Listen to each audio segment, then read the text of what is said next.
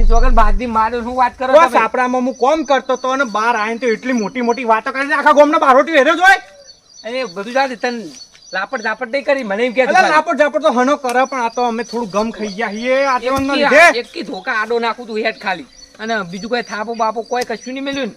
અને આપણા જોડે એક ફાયદો હ હું આજીવન અત્યારે ઘેર નહીં હોય ચોકન જ્યાં દર્શન કરવા અને પેલા તલજી હે ને બહુચર માં દર્શન કરવા જાહી રસ્તામાં આડા પાડું રસ્તામાં.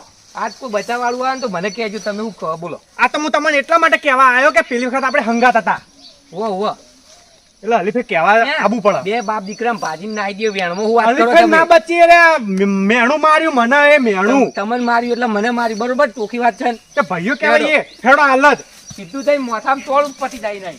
હાઉ ના કેટલા વાગ્યા? ઓહો હો બપોર. એટલે છોકરા હેડ હેડ દર્શન કરતા મોડ થઈ 12 વાગે.